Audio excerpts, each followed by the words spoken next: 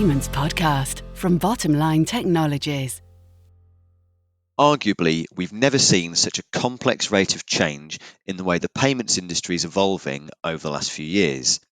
This is our second episode reviewing the findings of the 2020 Business Payments Barometer, having surveyed 800 financial decision makers who've contributed their insight and predicting the key industry trends over the next 12 months. Hello, I'm Rich Williams, host of the Payments Podcast, and in today's episode we'll be looking ahead at the changing payments landscape. I'm joined once again by Gareth Priest, Chief Platform Officer at Bottomline and the face behind the changing payment landscape section itself. Hi Gareth, and welcome back to the podcast. Hi Rich, thanks very much for having me back. No problem, very welcome. Let's start by looking at some of the upcoming payment initiatives. There's been a lot of these around, and in fact we've had 5 new initiatives introduced since 2018. So how are companies preparing for these? Well, the barometer and subsequent discussions show a few things that are happening. Some people term it kind of fatigue, that there's so much happening that people are getting fatigued. I think you have to dig in below that. Percentage is definitely dropping off in terms of people who feel they're prepared or are getting prepared. And I think there's a couple of pieces that are interesting beneath that. First off is that larger businesses and larger corporates are better prepared, but that's sort of to be expected. They have more staff, they have dedicated teams to deal with this. I think if you take a big step back now, I think there's a few things that are happening. One is there is a lot, as you say, there's 5. There's a lot of complication or seemingly complicated acronyms and so on that fly around with this. So I think people then have to kind of unpack it all, understand what it is. And then I think there's also, this is just a natural wave. I think whenever we've had payments innovations, particularly in the UK, which is a very innovative market for payments, you have this kind of wave at the beginning of all this stuff comes out. There's lots of noise and interest. There's a certain amount of things that people have to do to be compliant, and then it kind of plateaus. And I think we're in that plateau. And that plateau is normally, we've done what we need to do. We need to understand a little bit more. This is what businesses will say. Actually, what needs to happen is the market needs to pick up of innovations that sit around those initiatives and regulations. So new applications, new ways of working, and then they will kickstart again. So there'll be new product innovations that come out from financial technology companies. Banks will offer new things, and that will be another spur. So I think we'll see that kind of little pop of growth, which we saw, plateau, which we're in now, and then I think it will grow again as people get used to it. Any of the delays that are actually been gotten through, and actually real useful business applications come to light. Now, I think it would be safe to say that not everyone is responding to the intense new regulations as rapidly as perhaps they could do. What do you think, Gareth, are some of the causes of this inaction amongst businesses? I think two things really. One is understanding it, and also some of the delays. So it probably doesn't help when people think that, we don't really need to do anything now because there's going to be a delay, because there has been lots of delays, whether it's the new payments architecture, real-time payment, request to pay, and other initiatives like that have been delayed and pushed out. I think that naturally gives businesses an excuse not to do things. I think the other piece is the adoption will be different by different types of company. So, and I think you can split them almost into 2. If you're a company that has to make payments just because you're in business, so I don't know, you're a manufacturing company and whatnot, you're going to be a laggard of adopter, because until somebody's really spent the time to commercialize what the benefit to you is of using these new payment initiatives, why would you do it? I think if your business is based around making payments, and some of that's obvious, so banks and payment companies, some of it's a little bit less, but insurance companies, loan companies, payday loan companies, etc., where actually a big chunk of what you do is take money in and put money out. I think they're going to be the faster adopters as they look at how these new payment initiatives actually not just things they do to make payments, they actually become part of a compelling customer proposition for them. We know of at least one example where insurance companies are looking to adopt real-time payments because they can, their boast is that by the time you've left the office with a claim, or by the time you've finished going through the application online for a claim, they can have the money in your account. So it becomes a value proposition. And I think we'll see a faster adoption of companies like that using these new initiatives versus perhaps those that payments are a thing they have to do as part of business, not the core part of their business. So sticking to that theme then, and looking at real-time payments alone, in the 2019 barometer, we noted that about 53% of businesses were already making real-time payments, with a further 37% planning to take advantage of them in the following 12 months. Now, have we seen that 90% adoption rate come to fruition, or is adoption still somewhat muted? We have not seen it come to fruition. The barometer and also the volumes that we've seen going through faster payments, both through our system and through the overall UK system, have been have shown that adoption is relatively flat. The actual volume of payments has gone up, so faster payments are increasing in volume across the UK, but that's not really been driven by individual businesses adopting it. That's actually been driven by existing users of faster payments putting more and more volume through and increasing consumer adoption. I think particularly in the kind of gig economy and in subscription economy, and perhaps even more so with COVID, where more and more transactions are moving away from cash, that's driven an increase in volume. It's not driven a massive increase in business adoption at this point. So considering the impact of COVID-19, do you think that that's likely to cause an increase in the adoption or usage of real-time payments? Yeah, possibly is the answer. There's a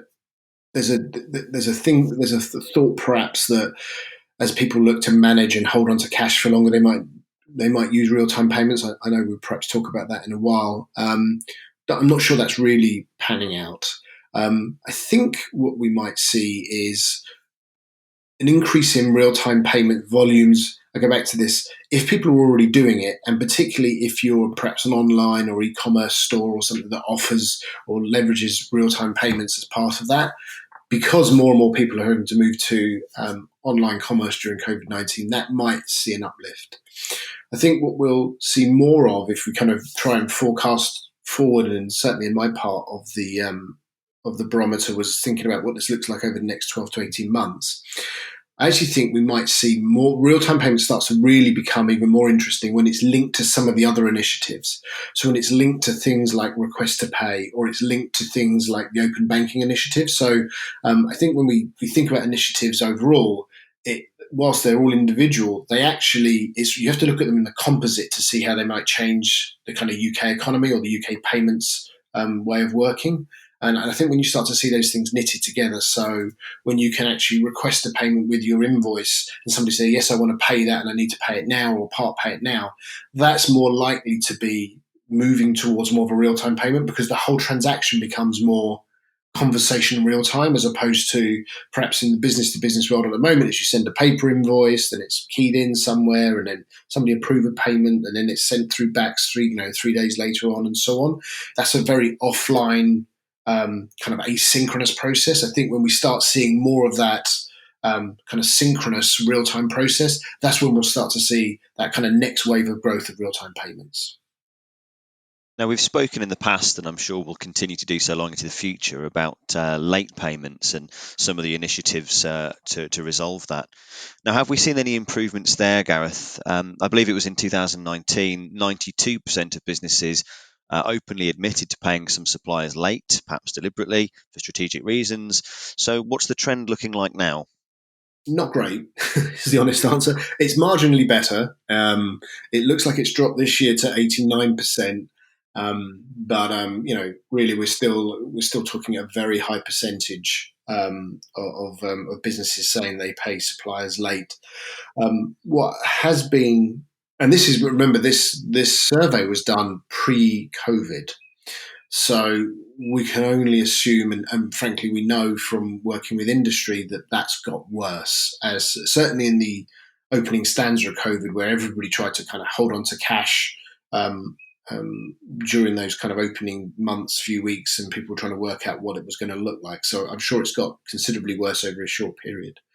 But yes, as they look at year on year, 92% to 89%, Obviously, the bigger impact, I think it's intuitive, and the numbers show that the bigger impact are in the small businesses, small and medium-sized businesses. And I think there's a few reasons for that, which we've been able to dig into. So the first one is there's more small and medium-sized businesses. Second one is actually to do with kind of supply chain and kind of power dynamics. A small business often, and the Small Business Administration has kind of backed this up. They have a choice between either losing the business and not being on the preferred list of a larger company, or living with the fact that things come a little later. And I think the other bit, and the other side of that coin, is if you talk to kind of the treasury groups who typically are more in those larger businesses, sometimes those are negotiated. So actually, in that 89%, there will be a tranche of those that are actually negotiated, so that there's they're paying later, but that's part of the deal.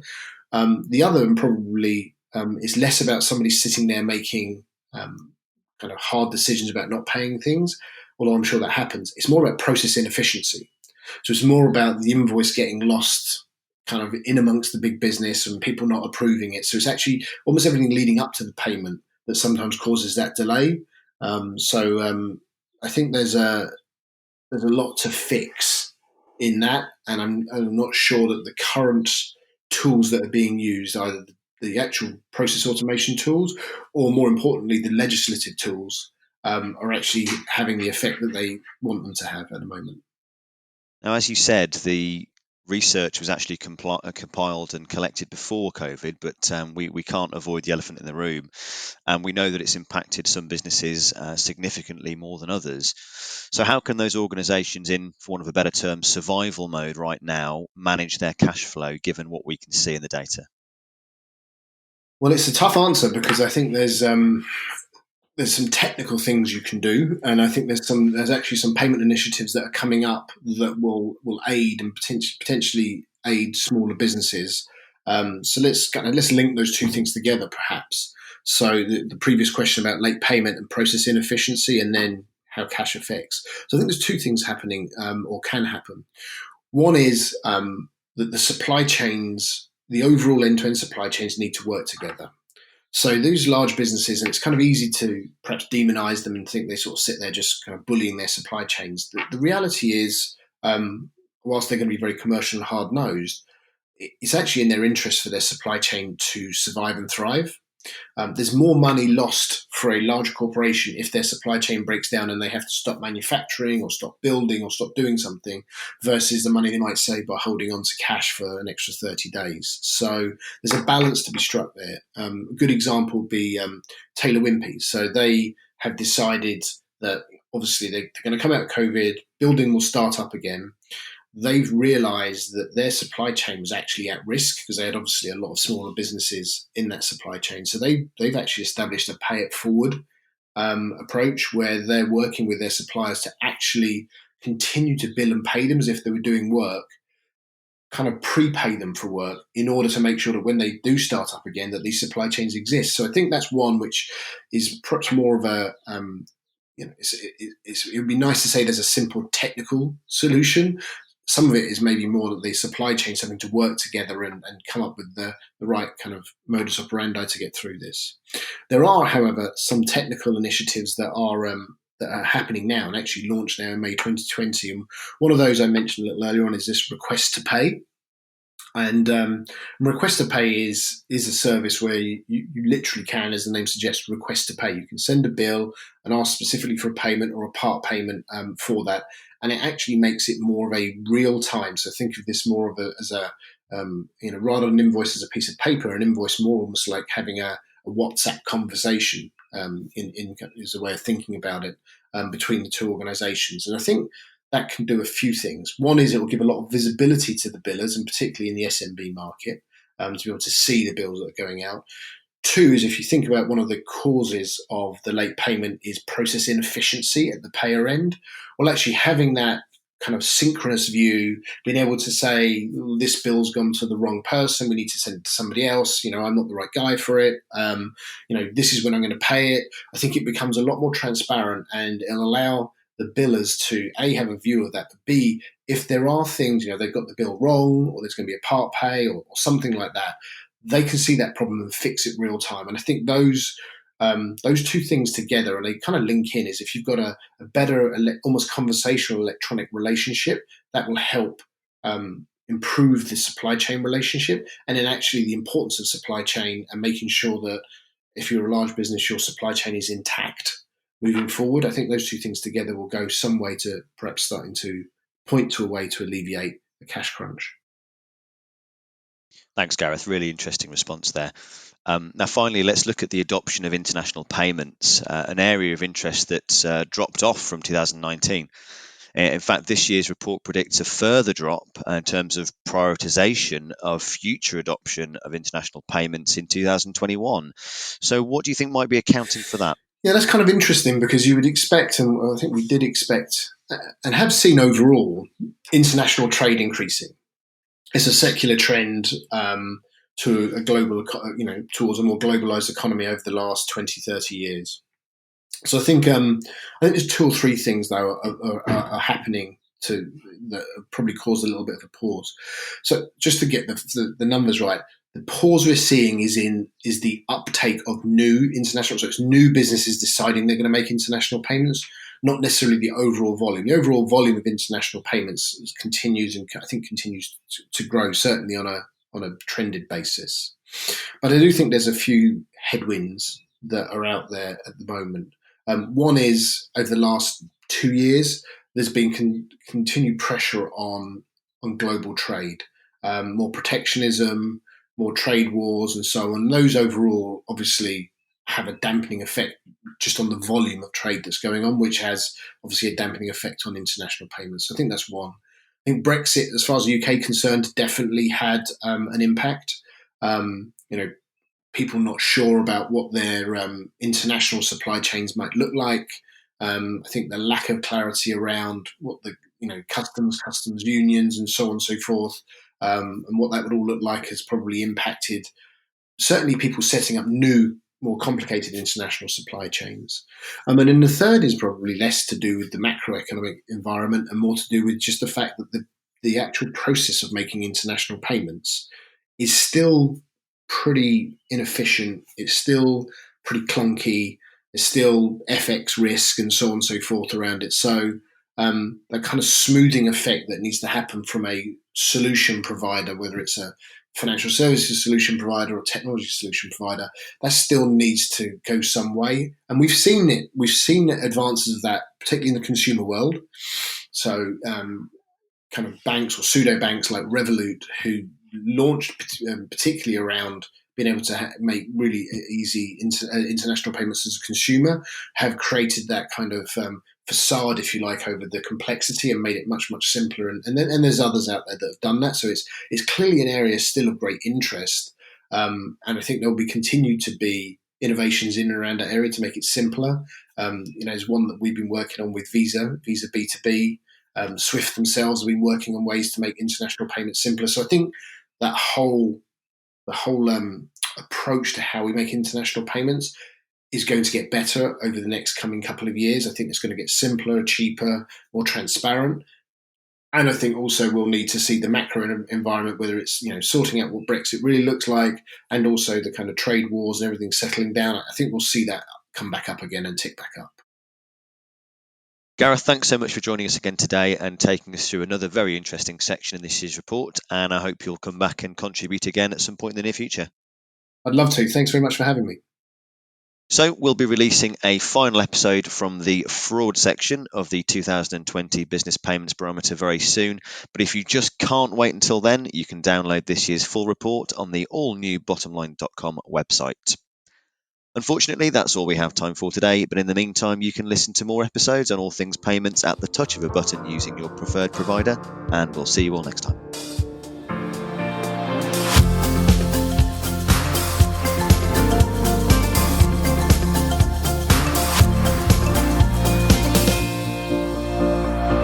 The Payments Podcast from Bottomline Technologies.